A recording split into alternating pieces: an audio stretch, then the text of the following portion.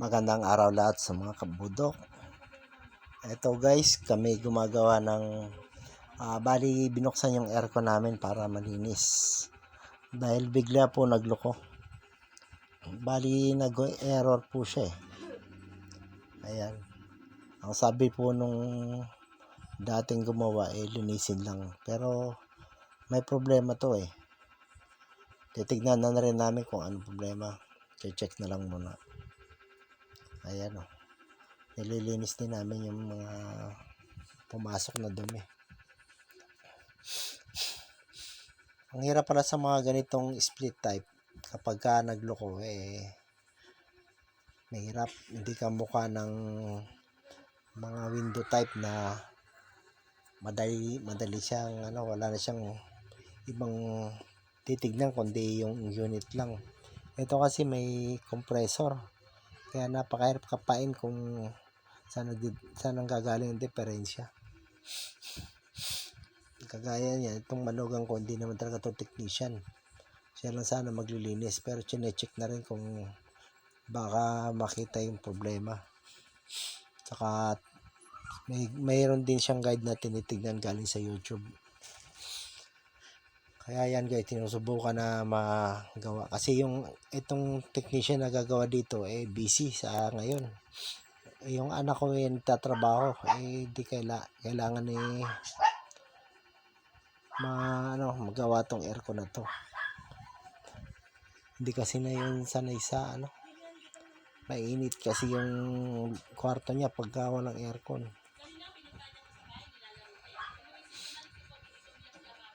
Ayan guys, sinatry namin na makita yung problema. Ito yung condenser. Ako yung nag-a-assist. Kaya minuksan niya na rin. Tinignan namin kung marami loob. Pero malinis naman eh. Malinis na namin yung labas. Tapos yung loob malinis din naman. Ayan. Pero titignan yung pinaka-board niya para baka may natanggal o nahugot na nakakabit na kuryente. Ang size po nito 1.5 horsepower to eh. Kaya medyo malaki. Kaya nung gumagana napakalamig. Malit na kwarto lang pinalamig nito. Tapos kami humihigop lang kami ng lamig. Kaso bihira naman namin gamitin yung aming exhaust kaya solo yung lamig nito, napakalamig. Ngayon nga lang nagloko.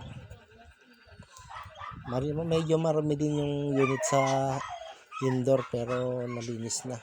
Pero ayaw pa rin talaga niya umandar. Kaya yun. Talagang check na ginagamitan ng tester. Kung may mga power supply na pumapasok.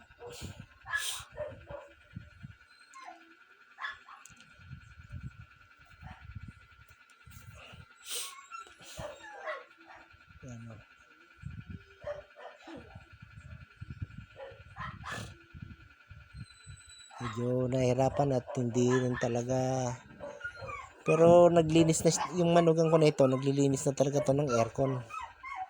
Dati yun ang ginagawa ito.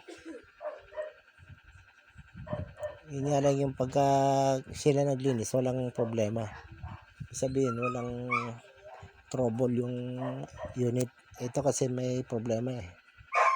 Ayan ang binuksan na, hindi raw kasi umaandar yung compressor.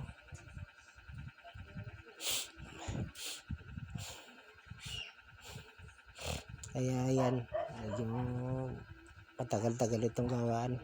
Kaya ayaw pumayag ng anak ko na pag-hintayin pa ng Sabado at kailangan niya kasi halos araw-araw ginagamit yan, araw-gabi.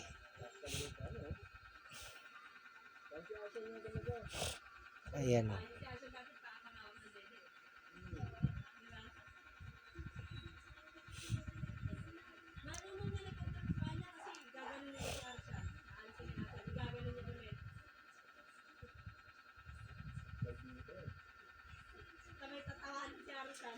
Binuksan niya na yung balot ng compressor. Check niya yung mga wire kung merong nahugot. Kasi walang power yung compressor eh. Hindi maandar yung compressor. Dapat kasi kung pan lang ang problema nito, eh dapat yung compressor ay umaandar. Kasi ang tinasabi nung dating may-ari nito, eh baka raw yung pan motor. Pero hindi naman eh. Yung compressor ang hindi umaandar. Kaya yan. Mahirap-hirap hanapin to. Lalo't hindi naman talaga to technician. Pero kung hindi talaga makita, eh hindi ito magagawa. Pabalik na lang ito. Sasauli na lang yung pagkakabit. Hindi ko naman pwedeng pressure tong manugang ko kasi hindi naman talaga niya to linya eh.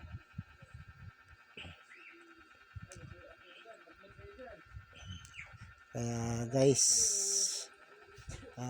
puputulin ko muna yung aking video para ako ay makatulong.